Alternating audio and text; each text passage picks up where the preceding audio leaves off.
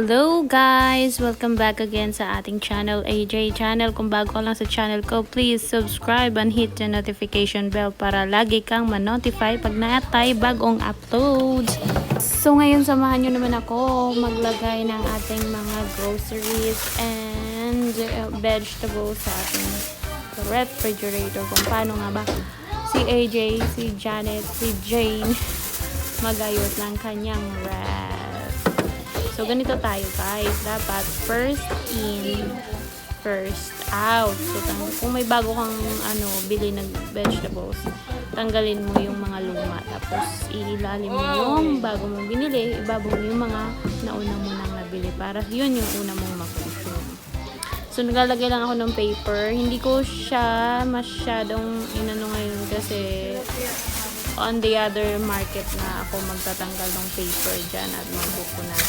So, medyo okay pa naman. So, hinayaan ko na lang ganyan siya. Hindi ko na muna tinanggal yung paper kasi dry pa naman. Sakay naman. And stay tuned lang dahil magkakaroon tayo ng karoon tayo ng tour ng ating refrigerator tour. What's inside my fridge? Char. So, tutok lang guys. Ayan na, no? Lagay natin yung mga sayote, pero masyadong marami. Kaya, lulutuin natin ng isa. Mamaya, magsasardinas tayo na may sayote. Masarap yun.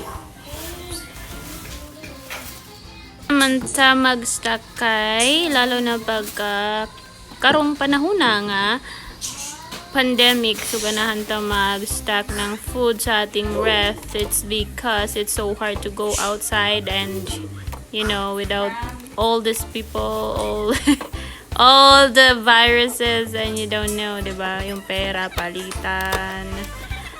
Tapos, magkahawak-hawak nako, mahirap na palaging lumalabas at maghawak ng pera. So, it's better to stay inside at mag-imbak ng foods for good 1 week. Yung gulay siguro, yeah, 1 week. We are all set sa ating veggies. Makulay ang buhay pag may gulay. Gulay, gulay, gulay kayo dyan. Next pot, di na kasya guys. Yan yung nabukas mo, babawasan na yan. Yung kalabasa, masarap. Siyempre, unahin mo yung mas mabilis masira. Yun yung unahin mong i-consume. Don't mind the toothbrush. I'll just explain later why it is inside our fridge. So, let's go with the fruits. Okay, ganun din. First in, first out. So, remove everything na nabili na first. So, I'll check the paper. Still okay. So, hindi na muna natin. Kunti lang naman yung basa. So, okay pa yan. Goods pa yan, goods. So, I think itong apple na to will more than a week kasi sobrang dami niya. Yan lang kasi yung favorite ng aming baby girl. Apple, ayaw niya ng orange, kain lang isang hiwa. So, yan lang yung meron kami. Yung laging makikita mo sa ref na second na yung saging, lychee, ano pa ba? Basta, laging apple lang meron talaga. So, yun. Pati kamatis, first in, kahit ano pa yan, green pa yan, basta first in, first out. Yan yung mga tira-tirang mga tira-tirang na nilagay, hindi na nagagamit, sayang. Minsan nagagamit naman, pag minsan natutuyo na, syempre hindi na tinatapon na. Kasi minsan yung sa agahan, di ba, yung mga corned beef, mga ganon, minsan ayaw ng baby girl na may sibuyas, so konti lang nilalagay. So yun, dito ko na rin nilalagay yung kamatis kasama ng fruits. Kasi the reason why lahat nasa loob, kung kaya namang ilagay na lahat sa loob kasi maraming bubwit kahit saan mo tago bubutasin. So, better to put na lang inside para sure. Sure, aming avocado. Favorite ni Lola yan, avocado.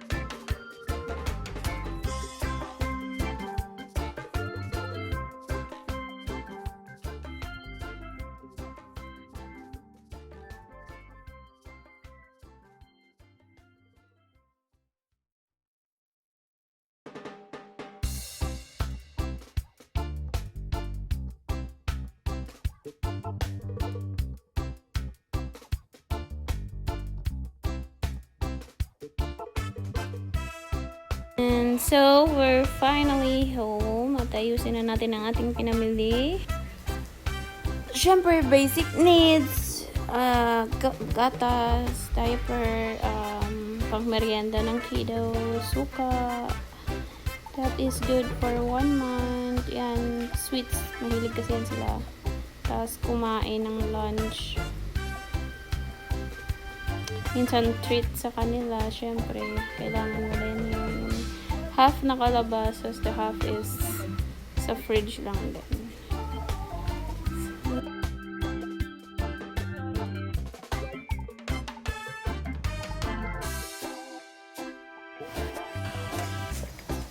So, meron ding mga dilata. Pero for consumption lang yan. For like 1 month or so. Kung gusto pang-agahan, yung meatloaf, corned beef, sardinas, mga tuna, like that. Pero dinidisplay lang namin just in case lang na meron din namang gustong bumili. Diba? Pati yung mantika, yan. Binibenta talaga yan. There's some egg then for breakfast then. Tapos, kung gusto na rin yung gustong bumili, yan. Kaya dyan lang na din naman nilalagay, hindi na sana. Pero naglalagay din kami dun sa fridge ng egg.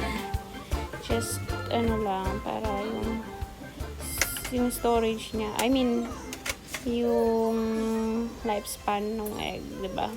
Kung expose siya sa mainit, mas mabilis mag-iba yung ano niya sa loob. So, yan. Let's go! Finish everything.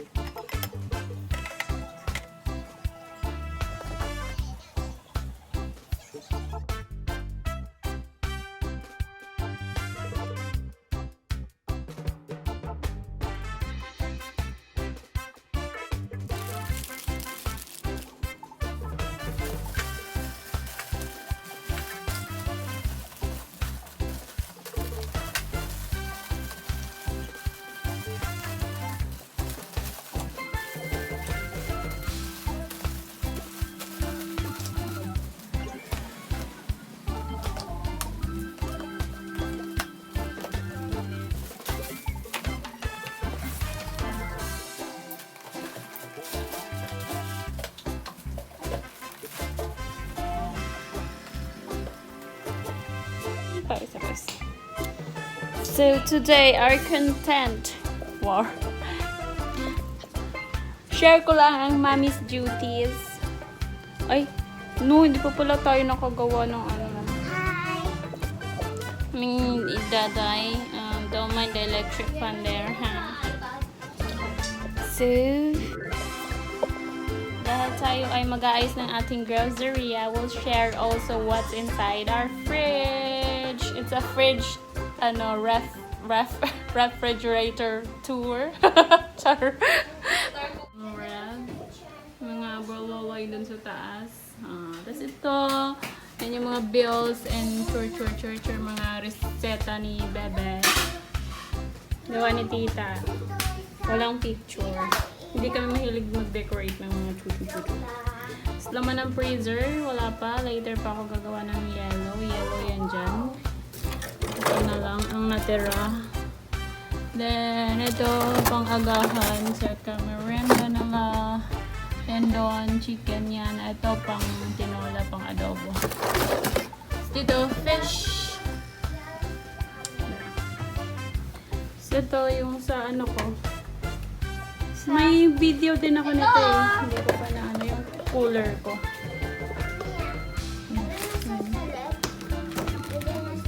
Mamaya, baby.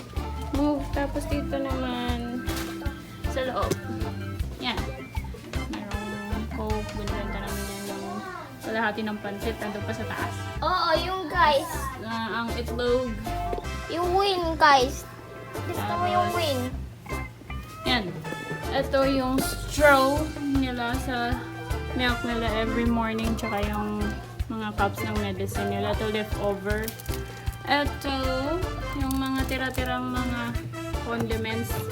Mga half na mga pasta, munggo, ganyan. Mga half mga nabuksan na. So nilagay ko dun sa container. Dito naman yung medicine nila. Dito naman is their medicine. Lagi laging may ganyan si Bebe kasi lalo na si baby girl. Kasi may UTI siya, so kailangan niya yan for her immune system. So meron din kami ito, fever. Tapos ito, ilalagay ko naman yung inayos ko yan siya kanina. This one is for fruits, this one for vegetables. And here is, yun pa, ilalagay ko pa lang. No, so dito yung mga chaki-chaki nila, tapos pang merienda nila. Tapos here is for the vitamins for adults and kiddos here. Yun lang. As ito, hindi dapat talaga yun sa ref. Kaso kasi maraming insekto dito sa amin. So, dyan ko siya nilalagay. Dyan namin siya nilalagay para hindi gapangan ng kung ano-anak, kung anik-anik. So,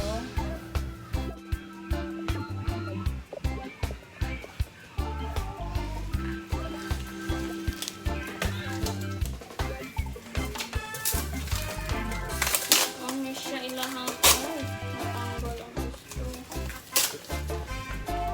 Sa ilang ganun. Bawal manggod si Bebe o mga juice dati. Bumibili ako ng mga tetra. Yun ang gusto nila, yung mga tetra pack. Hindi naman pwede na si Bebe noon kasi gawa naman sa UTI na nila. So yun, dahil nga may si Bebe, sensitive ang kanyang bumibili ako ng mga pure juice, ayaw naman nila. Yung Yakult naman, si Kuya lang, ayaw ni Bebe ko. Siyempre, doon ako sa yung yung gusto nilang dalawa. So, ito. Si Mr. Chucky. Baka naman, Chucky. Char. Sa isang buwan nakakailang ganyan kaya kami, no, Chucky. Kung ipunin ko kaya yung box ng Chucky. No?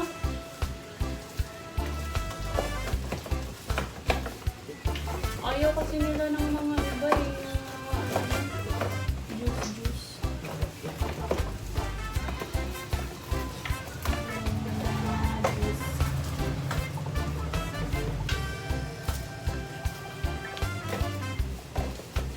Kasi kung gusto nila, mas gusto ko din yun. Para sa kanila, it's more healthier.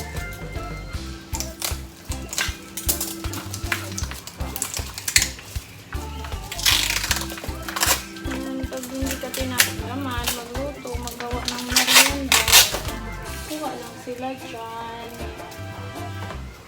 Pero pag tamad pala, hindi tinapagaman. But kasi hirap tanggalin sila.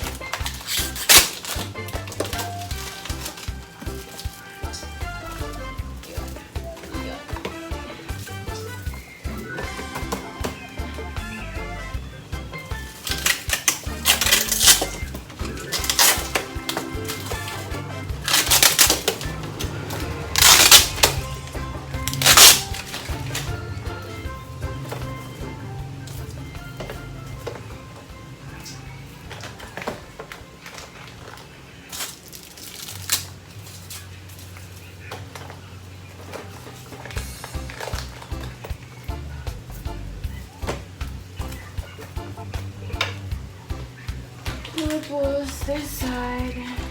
Ganito.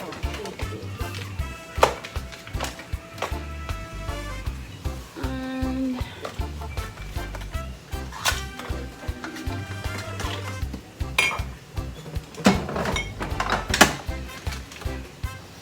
chair for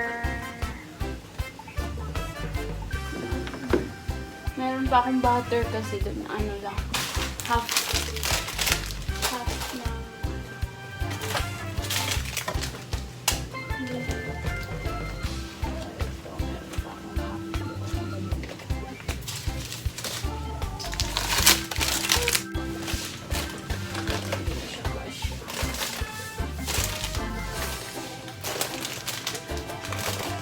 ito kasi mauubos din yun.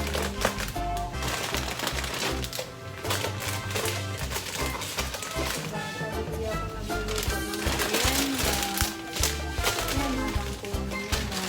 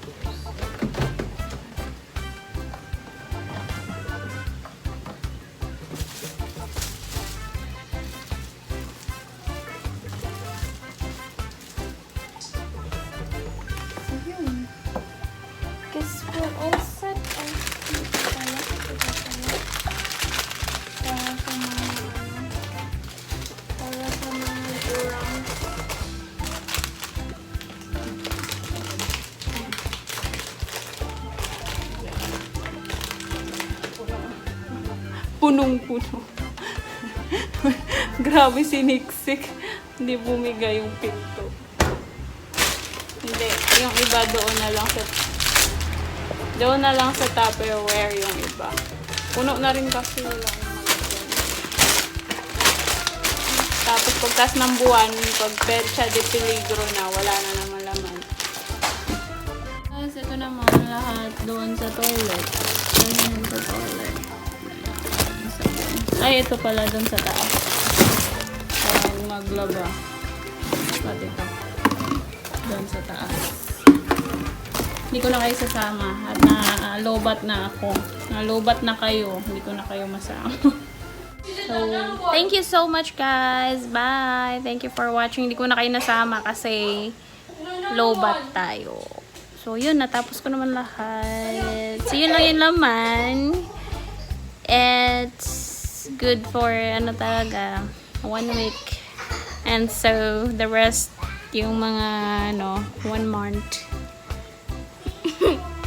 Good for 1 month pala, no? Pero yung gulay, tsaka yung for 1 week. For 1 week? 1 week. 1 week? Ayaw yan magpakiss eh.